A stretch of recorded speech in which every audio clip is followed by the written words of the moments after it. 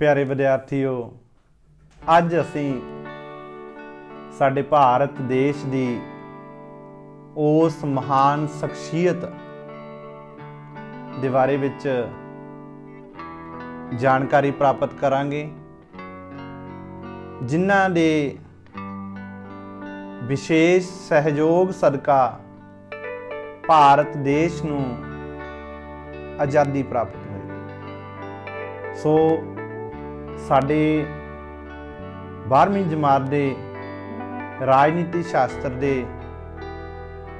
Syllabus दे विच महात्मा गांधी जी दे राजनीतिक विचारां बारे असीं अज विचार चर्चा करांगे। प्यारे विद्यार्थियों, महात्मा गांधी जी ने ये कहा सी कि मैं अपने पिछे कोई वाद नहीं छड्डना चाहता। जिस तरह असी पहला वाले 2 चैप्टर पढ़े आ, जिस दे विच उदारवाद ते मार्क्सवाद, ये गांधीवाद नहीं असी कहांगे, क्योंकि महात्मा गांधी जी ने यह कहा सी कि मैं अपने पिछे कोई वाद नहीं छड्डना चाहता। सो असी इस टॉपिक नूं इसे करके महात्मा गांधी जी के राजनीतिक विचार, उन्हां दे राजनीति संबंधी विचार कहते हाँ। सो प्यारे विद्यार्थियों, सब तो पहला असी महात्मा गांधी जी के जीवन बारे मुढ़ली जानकारी साझी करांगे। महात्मा गांधी जी का जन्म 2 अक्तूबर 1869 ईस्वी नूं पोरबंदर विखे होया सी। याद रखना, 2 अक्तूबर 1869 ईस्वी नूं पोरबंदर विखे। सो उन्हां दे पिता दा नाम करमचंद अते माता दा नाम पुतली बाई सी। पिता दा की नाम सी? करमचंद अते माता दा नाम पुतली बाई सी। सो इस करके उन्हां दा पूरा नाम मोहनदास करमचंद गांधी पिया। सो प्यारे विद्यार्थियों, 13 साल की उम्र दे विच महात्मा गांधी जी का विआह कस्तूरबा जी नाल होया। उन्हां दे घर 4 पुत्र पैदा होए। सो ये मुढ़ली जानकारी जिहड़ी तुसीं जरूर भूमिका दे विच लिखनी है जेकर सवाल महात्मा गांधी जी नाल संबंधित कोई आउंदा। सो प्यारे विद्यार्थियों, इस तो अगे है महात्मा गांधी जी ने किस किस ते कदों कदों ते केड़े केड़े संघर्ष दे विच योगदान पाया। प्यारे विद्यार्थियों, महात्मा गांधी जी ने दक्षिणी अफ्रीका दे विच रंग भेद की नीति के विरोध दे विच संघर्ष विढ़िया। ये संघर्ष लगातार 20 साल तक चलता रहा अते उस थां ते रंग भेद की नीति नूं खत्म किया। सो प्यारे विद्यार्थियों, उस तो उपरंत महात्मा गांधी जी ने 1919 तो लैके 1947 देश आज़ाद होण अते उन्हां दी मौत 1948 तक भारत देश की ਵੱਖ-ਵੱਖ अंदोलनां दे विच मदद की, अंदोलन चलाए ताकि असीं आज़ादी नूं प्राप्त कर सकीए। सो प्यारे विद्यार्थियों, 1919 तो 1947 तक का जिहड़ा समा, इस नूं गांधी युग भी कहा जाता है जां गांधी काल भी कहा जाता है, क्योंकि इस समय के दौरान भारत की बहुत ही सारे अंदोलनों के विच महात्मा गांधी जी ने महत्वपूर्ण रोल अदा किया, अंदोलन चलाए भारत की आज़ादी के लिए। इस करके इस काल नूं गांधी काल जां गांधी युग भी कहा जाता है। ये 1 नंबर दे विच तुहानूं सवाल आ जाता कि गांधी युग किसनूं कहा जाता है जां किस समय नूं कहा जाता है। सो प्यारे विद्यार्थियों, श्री सुभाष चंद्र बोस जी ने महात्मा गांधी जी के इन्हां कामां तो प्रभावित होके उन्होंने एक अपने भाषण दे विच राष्ट्रपिता की उपाधि दी। राष्ट्रपिता कह के उन्होंने संबोधन किया। सो प्यारे विद्यार्थियों, ये भी 1 नंबर दे विच सवाल आ जाता कि महात्मा गांधी जी नूं राष्ट्रपिता की उपाधि किसने दी? सो इसका उत्तर है श्री सुभाष चंद्र बोस जी ने महात्मा गांधी जी को राष्ट्रपिता की उपाधि दी। 30 जनवरी 1948 ਨੂੰ दिल्ली विखे महात्मा गांधी जी की नथू राम गोडसे द्वारा हत्या कर दी गई सी। सो उन्होंने अपना सारा जीवन भारत देश नूं आज़ाद कराउण दे विच लंघा दिता। उन्हां दा जो योगदान है भारत की आज़ादी के लिए वो बहुत ही महत्वपूर्ण है। सो प्यारे विद्यार्थियों, इस तो अगे असीं ये जानकारी प्राप्त करांगे कि महात्मा गांधी जी उपर किन्ना किन्ना दा प्रभाव पिया सी। वो किहड़ियां किहड़ियां शख्सियत सी जिन्हां दा महात्मा गांधी जी उपर प्रभाव पिया सी। दो तरह के प्रभाव। पहला धार्मिक प्रभाव। महात्मा गांधी जी दे भगवत गीता, कुरान, बाइबल अते जैन अते बुद्ध धर्म के विचारों का भी बहुत डूंगा प्रभाव पिया। इस तो इलावा महात्मा गांधी जी ते महान शख्सियतां जिमें हैनरी डेविड थोरो, टॉलस्टॉय, बाल गंगाधर तिलक ते श्री गोपाल कृष्ण गोखले जी का उन्हां दे उपर प्रभाव पिया। सो इन्हां प्रभावां दे अधीन ही महात्मा गांधी जी ने अपने राजनीतिक विचार दिते। सो प्यारे विद्यार्थियों, स्क्रीन उपर जो तुसीं तस्वीर देख रहे हो, ये गोपाल कृष्ण गोखले जी की तस्वीर है। ये कौन है? महात्मा गांधी जी के राजनीतिक गुरु। सो प्यारे विद्यार्थियों, एक नंबर दे विच सवाल ये भी आ जाता कि महात्मा गांधी जी के राजनीतिक गुरु कौन सन? सो उसका उत्तर है गोपाल कृष्ण गोखले। इस तो अगे है महात्मा गांधी जी की स्वै जीवनी। स्वै जीवनी अपनी आप उन्होंने महात्मा गांधी जी ने अपनी स्वै जीवनी सच नाल मेरे तजर्बे, जो तुसी स्क्रीन पर देख रहे हो, सच नाल मेरे तजर्बे, माई एक्सपैरीमेंट विद ट्रुथ, ये महात्मा गांधी जी की स्वै जीवनी का नाम सी। इस बारे भी आम तौर पर एक अंकां दे विच सवाल पूछ लिया जाता कि महात्मा गांधी जी की स्वै जीवनी का नाम दसो, तां की ना सच नाल मेरे तजर्बे, माई एक्सपैरीमेंट विद ट्रुथ। सो प्यारे विद्यार्थी, इस तो अगे महात्मा गांधी जी के जिन्ने भी राजनीतिक विचार आ उन्हां दे पिछे नैतिक आधार की सी? दो चीज़ों का जिहड़ा ज़्यादा प्रभाव सी उन्हां दे राजनीतिक विचारां ते, अहिंसा अते सच। महात्मा गांधी जी सच अते अहिंसा के पुजारी सी। सो प्यारे विद्यार्थियों, अहिंसा की है? उन्होंने कहा सी कि देश की आज़ादी है जिहड़ी केवल अहिंसक साधना के राही ही प्राप्त करनी है। अहिंसा दे विच उन्हां दा बहुत ज़्यादा विश्वास सी। इस बारे ये अर्थां बारे आपां अगे पढ़ांगे जदों आपां राजनीतिक विचार करांगे। सो इस दे नाल ही सच बारे महात्मा गांधी जी ने कहा सी कि सच दे रास्ते ते चलना औखा जरूर है, पर इस दे नतीजे जिहड़े वो बहुत हैरानीजनक हुंदे हैं। हैरानीजनक नतीजे प्राप्त हुंदे हैं।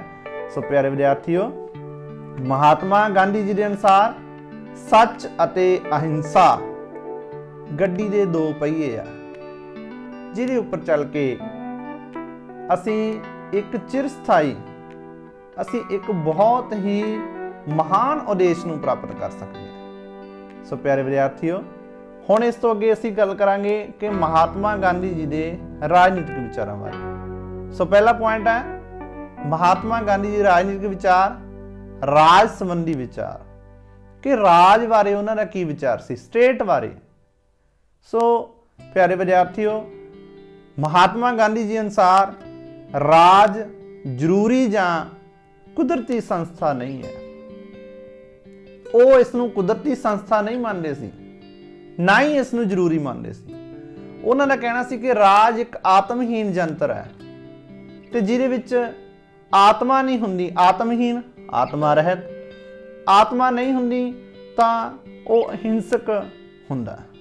सो प्यारे विद्यार्थियों, महात्मा गांधी जी अनुसार राज एक आत्महीन जंतर है। इस दे विच जिहड़ी राजनीतिक शक्ति है वो अपने आप विच टीचा नहीं है।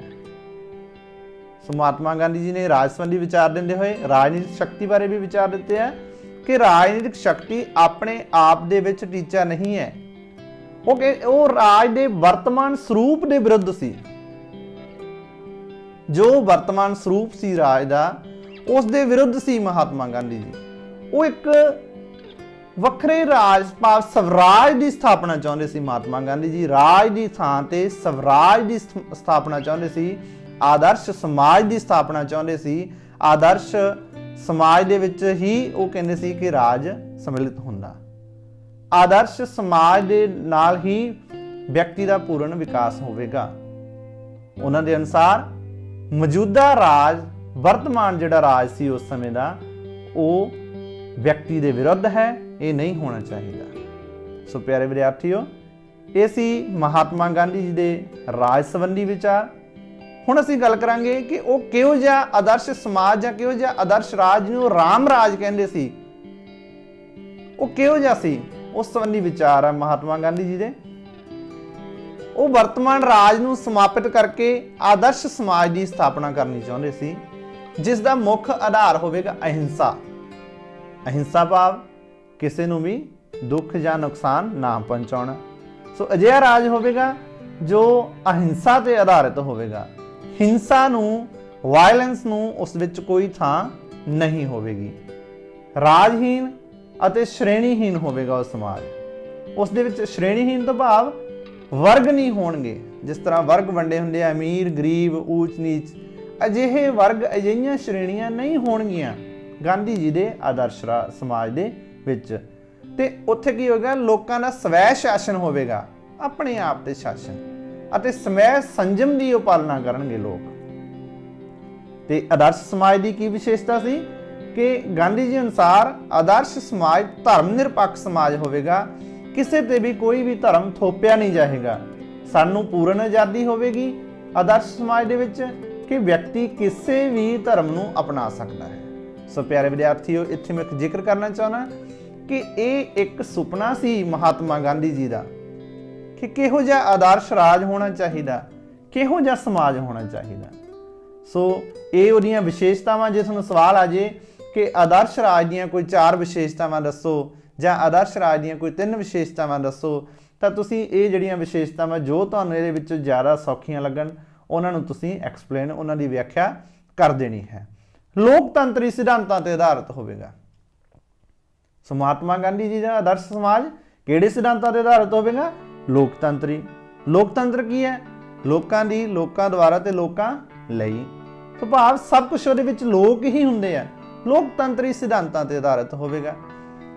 और आदर्श समाज दे विच महात्मा गांधी जी कहंदे सी अदालतां नहीं होणगीਆਂ, की होणगीਆਂ? पंचायतां। पंचायतां दे फैसले ही अंतिम होणगे।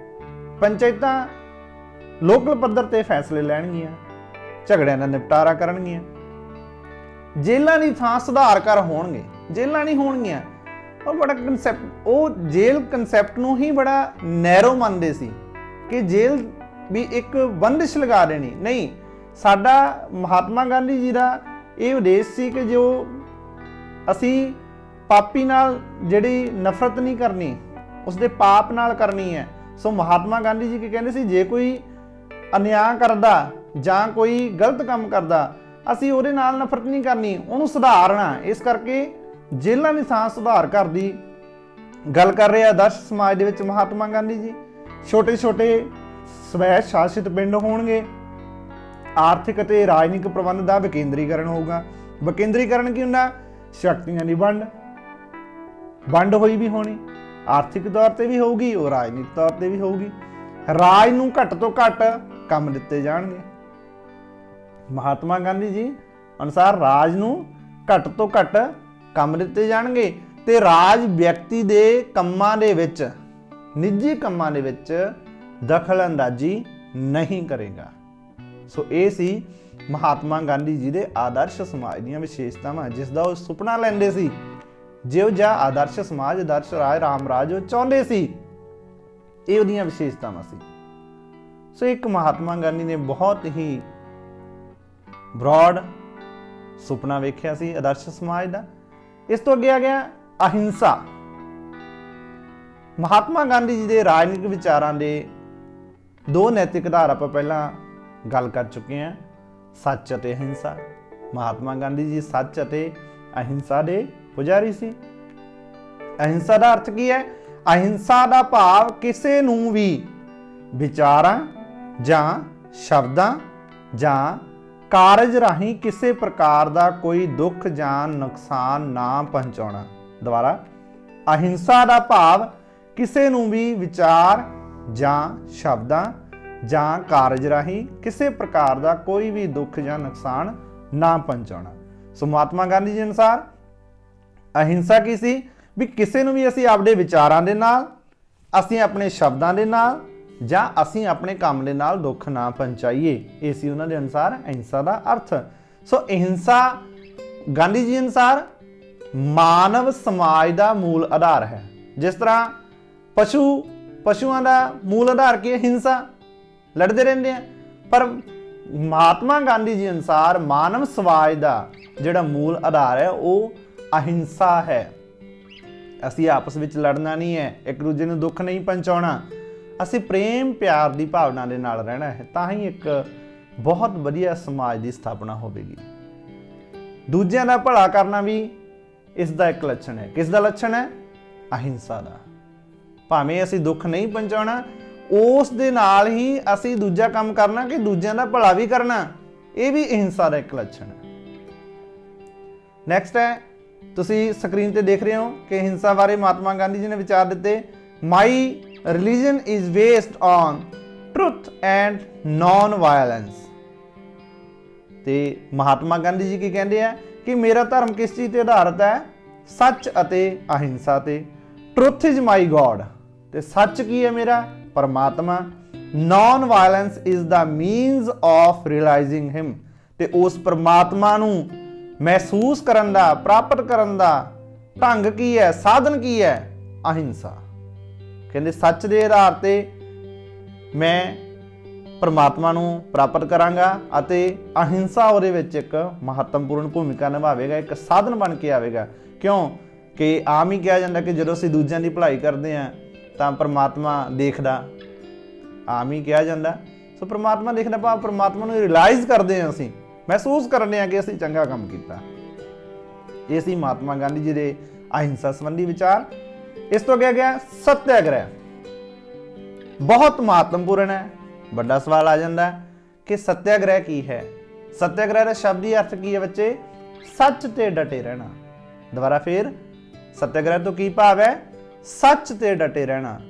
ते सत्याग्रह विधि की है? सत्याग्रह तो भाव उस विधि तो है जिस विधि द्वारा बुराई, न्याय अते अत्याचार का सामना प्यार अते अपने आप नूं कष्ट सहन करके करना है। एक वो विधि है जिहदे द्वारा महात्मा गांधी जी के अनुसार असी बुराई का सामना करना, अन्याय का सामना करना, अत्याचार का सामना करना। किवें करना? अपने आप नूं कष्ट दे के, ना कि दूजिਆਂ नूं कष्ट दे के, अपने आप नूं कष्ट सहन करके असी उस बुराई का सामना करना है। ये एक विधि है, इसका की नाम है?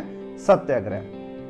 ते एक सच्चा सत्याग्रही बुराई का विरोध है जिहड़ा वो प्यार नाल करदा है। सो प्यारे विद्यार्थियों, ये सी सत्याग्रह। ते सत्याग्रह दी विधियां बारे भी महात्मा गांधी जी ने बहुत ही विस्तार दे विच दस्सिया।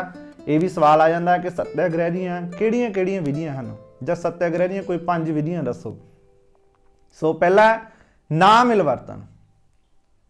हुण ना शब्द तो ही पता कि नहीं, ते मिलवर्तन मेल जोल नहीं रखना सी। ना मिलवर्तन, ਜਦੋਂ ਜਿਹੜਾ ਜਾਣਾ अन्याय करूगा उस दे नाल साडा कोई मेल मिलाप नहीं होएगा। दूसरा सिविल नाफरमानी। सिविल सरकारी, ना नहीं, फरमानी, फरमान की हुंदा? हुक्म। सो सिविल नाफरमानी की सी? एक अंदोलन सी जिस दे विच की सी कि ਉਹ सरकारी हुक्म ਜਾਂ कानून ਅਸੀਂ नहीं ਮੰਨਾਂਗੇ जो ਸਾਡੇ हक्कां दे, साडी सुतंत्रता के विरुद्ध हो गया। सो महात्मा गांधी जी ने इस तो अगे सत्याग्रह की एक होर विधि दसी है, हिजरत। हिजरत की है?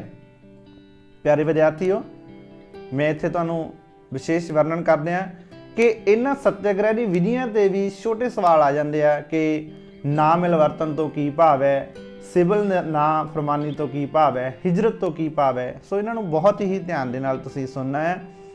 ਹਿਜਰਤ ਮਹਾਤਮਾ ਗਾਂਧੀ ਜੀ ਅਨੁਸਾਰ ਕਿ ਜਦੋਂ ਤੁਹਾਡੇ ਨਾਲ ਕਿਸੇ ਇੱਕ ਥਾਂ ਤੇ ਅਨਿਆਂ ਹੋ ਰਿਹਾ ਹੋਵੇ ਤੇ ਤੁਸੀਂ ਉਸ ਅਨਿਆਂ ਨੂੰ, ਬੁਰਾਈ ਨੂੰ ਪਿਆਰ ਦੇ ਨਾਲ ਉਸ ਦਾ ਸਾਹਮਣਾ ਕਰਨ ਦੇ ਵਿੱਚ ਅਸਫਲ ਰਹਿ ਰਹੇ ਹੋਵੋ, ਤਾਂ ਮਹਾਤਮਾ ਗਾਂਧੀ ਜੀ ਕਹਿੰਦੇ ਤੁਸੀਂ ਉਸ ਥਾਂ ਨੂੰ ਛੱਡ ਕੇ ਕਿਸੇ ਹੋਰ ਥਾਂ ਤੇ ਚਲੇ ਜਾਓ ਤਾਂ ਕਿ ਤੁਹਾਡਾ ਆਪਣਾ ਸਵੈਮਾਨ ਕਾਇਮ ਰਹਿ ਸਕੇ।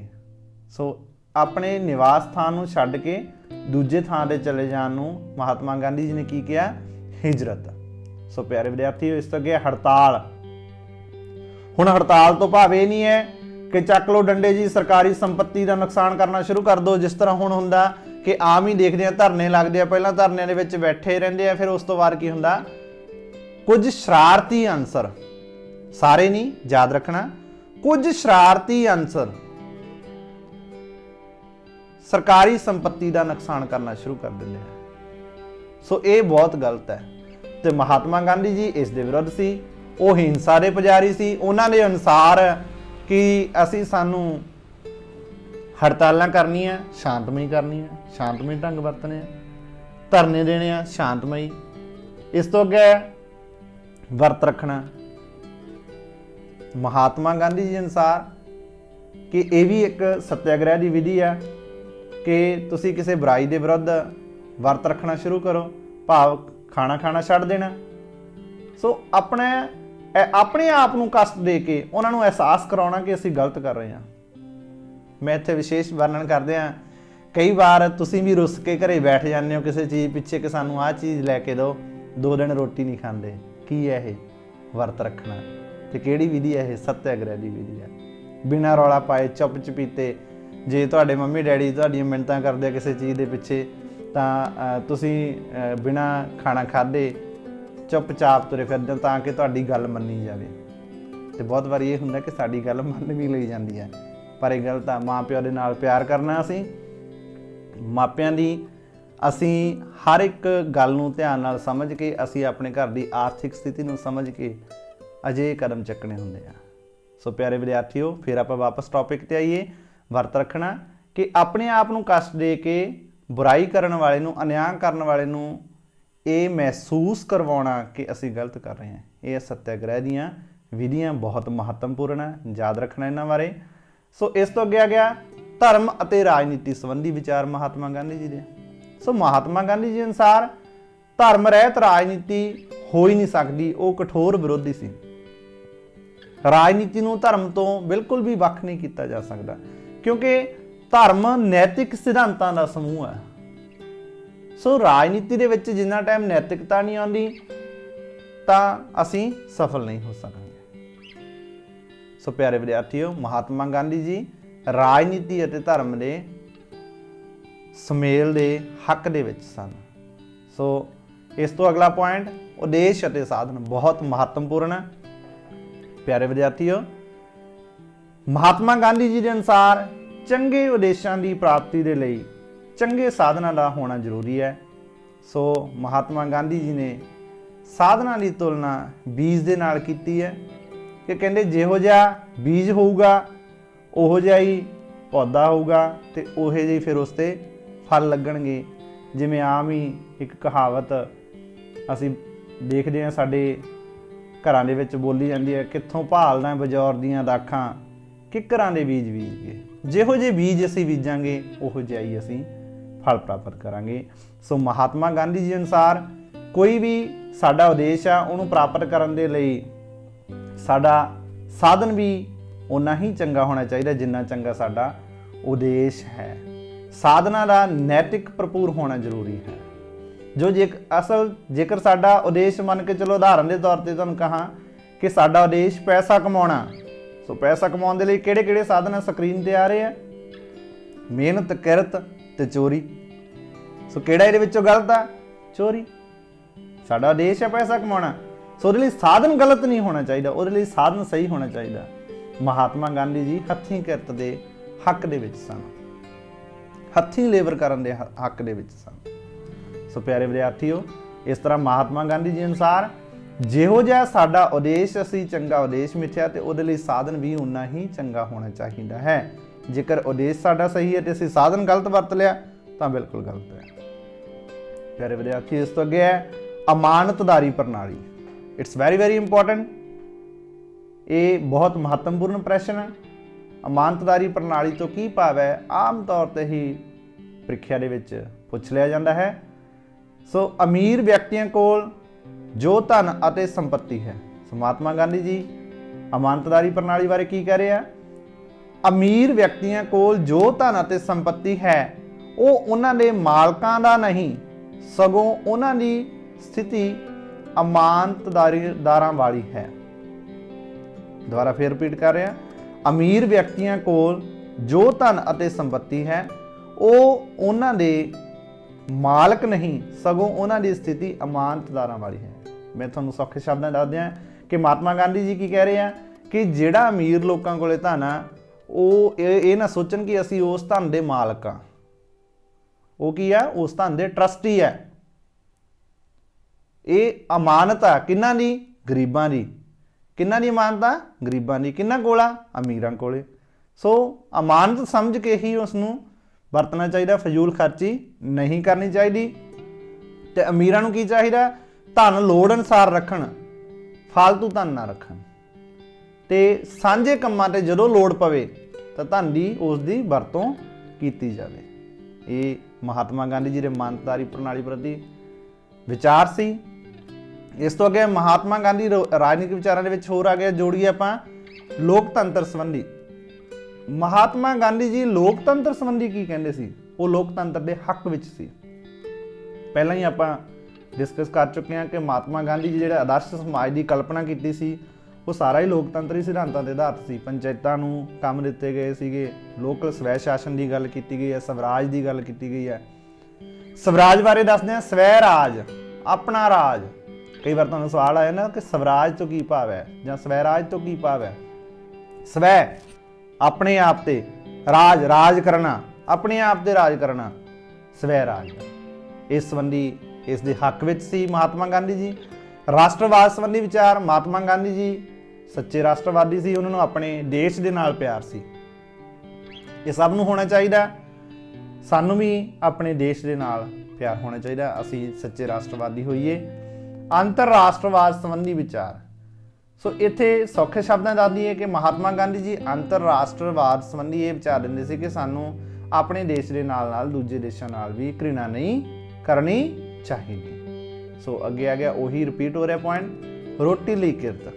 ਤਾਂ ਮਹਾਤਮਾ ਗਾਂਧੀ ਜੀ ਕਹਿੰਦੇ ਸੀ ਕਿ ਸਾਨੂੰ ਜਿਹੜੀ ਆਪਣੀ ਰੋਜੀ ਰੋਟੀ ਆ ਉਹ ਕਿਰਤ ਕਰਕੇ ਕਮਾਉਣੀ ਚਾਹੀਦੀ ਆ, ਨਾ ਕਿ ਗਲਤ ਸਾਧਨਾਂ ਦੇ ਰਾਹੀਂ। ਸੋ ਪਿਆਰੇ ਵਿਦਿਆਰਥੀਓ, ਮਹਾਤਮਾ ਗਾਂਧੀ ਜੀ ਦੇ ਰਾਜਨੀਤਿਕ ਵਿਚਾਰ ਬਹੁਤ ਹੀ ਮਹੱਤਵਪੂਰਨ ਹੈ।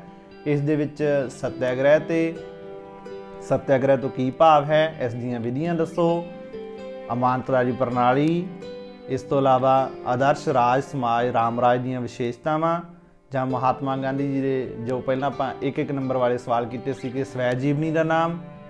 ਅਜਿਹੇ ਸਵਾਲ ਜਿਹੜੇ ਆਮ ਤੌਰ ਤੇ ਹੀ ਪ੍ਰੀਖਿਆ ਦੇ ਵਿੱਚ ਪੁੱਛ ਲਏ ਜਾਂਦੇ ਆ। ਸੋ ਪਿਆਰੇ ਵਿਦਿਆਰਥੀਓ, ਇਹ ਚੈਪਟਰ ਬਹੁਤ ਮਹੱਤਵਪੂਰਨ ਹੈ, ਯਾਦ ਰੱਖਣਾ। ਇਸ ਨੂੰ ਗਾਂਧੀਵਾਦ ਨਹੀਂ ਕਹਿਣਾ, ਕਿਉਂਕਿ ਮਹਾਤਮਾ ਗਾਂਧੀ ਜੀ ਖੁਦ ਹੀ ਕਹਿ ਗਏ ਸੀ ਕਿ ਮੈਂ ਆਪਣੇ ਪਿੱਛੇ ਕੋਈ ਵਾਦ ਨਹੀਂ ਛੱਡਣਾ ਚਾਹੁੰਦਾ। ਸੋ ਮੈਨੂੰ ਆਸ ਹੈ ਕਿ ਤੁਹਾਨੂੰ ਇਹ ਲੈਕਚਰ ਪਸੰਦ ਆਇਆ ਹੋਵੇਗਾ। ਬਹੁਤ ਬਹੁਤ ਧੰਨਵਾਦ। ਸਤਿ ਸ਼੍ਰੀ ਅਕਾਲ।